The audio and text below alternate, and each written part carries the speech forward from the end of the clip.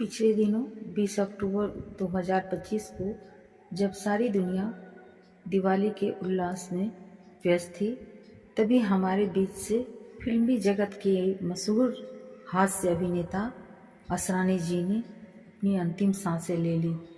उनकी उम्र 84 वर्ष की थी और उन्हें पिछले 4 दिनों से अस्पताल में भर्ती कराया गया था। सांस लेने में समस्या आ रही थी। कहता है कि उनके फेफड़ों में पानी जम गया था। उनका अंतिम संस्कार मुंबई के सांता क्रूज क्रीमेटोरियम में पारिवारिक रूप से संपन्न हुआ, जिसमें उनके महज 20 लोग ही करीबी शामिल हो सके। उनकी अंतिम इच्छा थी कि उनके मृत्यु कार्यक्रम को कोई सामाजिक समारोह में ना बदला जाए और बहुत ही शांति तरीके से उन्हें अंतिम विदाई दी जाए। उनके निधन से हिंदी फिल्म उद्योग में शोक की लहर है और कई कलाकारों प्रशंसकों ने उन्हें भावभीनी श्रद्धांजलि दी है।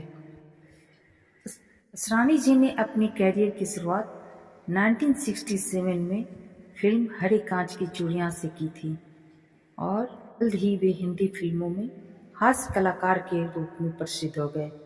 उनकी शुरुआती लोकप्रिय फिल्मों में हैं बावर्ची 1972, अभिमान 1973, चुपके चुपके 1975। 1970 से 1980 का दशक उनका स्वर्णिम युग रहा। इस दशक में असरानी अपने कैरियर के चरम पर थे। उन्होंने अमिताभ बच्चन, धर्मेंद्र, राजेश खन्ना जैसे बड़े कलाकारों के साथ काम किया। फिल्म शोले 1975 में उन्होंने जेलर की भूमिका अदा की, जिसमें उन्होंने हास्य और व्यंग का अनोखा संगम दिखा जो आज भी लोगों की जुबान पर है। 1990 के दशक में जब फिल्मों का रुख बदला, तब असरानी ने चरित्र भूमिकाओं में खुद को ढाल लिया। 2000 के बाद नई पीढ़ी के साथ काम किया। हेरा फेरी, गरम मसाला, भूल भुलैया, बोल बच्चन। असरानी ने कुछ टीवी शोज में भी काम किया। उन्होंने कुछ फिल्मों का निर्देशन भी किया, लेकिन उन्हें निर्देशक के रूप में ज़्यादा पहचान या ज़्यादा सफलता नहीं मिली। असरानी एक अत्यंत विनम्र और शांत स्वभाव के व्यक्ति माने जाते हैं। वे हमेशा साफ सुथरे हास्य के पक्षधर रहे हैं और निजी जीवन में भी नैतिकता और अनुशासन में विश्वास रखते हैं। जयपुर से मुंबई आना और फिल्मों में जगह बनाना आसान नहीं था। FTII से पढ़ाई पूरी करने के बाद भी पहली फिल्म मिलने में उन्हें वक्त लगा। शुरुआती समय में उन्होंने थिएटर और छोटे रोल्स किए। जब उन्होंने कॉमेडी में हाथ आजमाया तो फिल्म इंडस्ट्री में उन्हें एक नई पहचान मिली। चलो इश्क लड़ाएं फिल्म में वे निर्देशक नहीं थे, लेकिन उन्होंने इस दौर में कई लेखन और सह निर्देशन कार्य किए। असरानी जी का कहना था कि निर्देशन उनके लिए एक सीखने और सृजनात्मक संतोष का माध्यम रहा, भले ही वो उतनी व्यावसायिक सफलता नहीं पा सके। असरानी को हिंदी सिनेमा में उनके योगदान के लिए कई सम्मान मिल चुके हैं। 1974-75 में उन्हें सर्वश्रेष्ठ हास्य अभिनेता का फिल्म फेयर अवार्ड मिला। लाइफ टाइम अचीवमेंट अवार्ड्स विभिन्न संस्थाओं के द्वारा उन्हें प्राप्त हुए। असरानी जी की कहानी एक ऐसे अभिनेता की है जो संघर्षों से निकला, कड़ी मेहनत और अनुशासन से अपनी जगह बनाई और दशकों तक हर पीढ़ी को हंसाया और गुदगुदाया। असरानी ने अभिनेत्री मंजू बंसल से विवाह किया।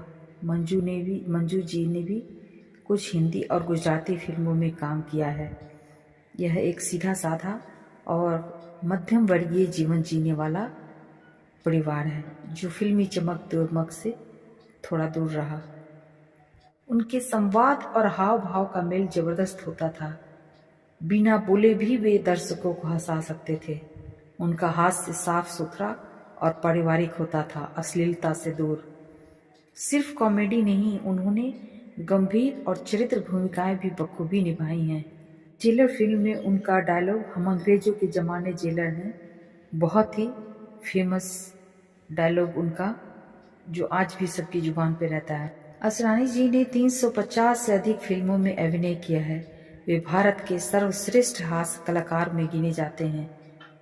की कॉमिक टाइमिंग, संवाद, अदायगी और चेहरे के हाव भाव आज भी फिल्मी छात्रों के लिए एक प्रेरणा है।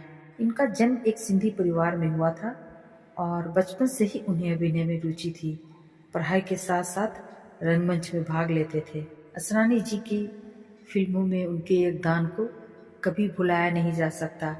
भले ही वो शरीर से आज इस दुनिया से विदा ले चुके हैं, लेकिन उनके कर्म, उनके किए रोल हमेशा हम लोगों के दिलों में बनाए रखेंगे, सदा याद किए जाते रहेंगे।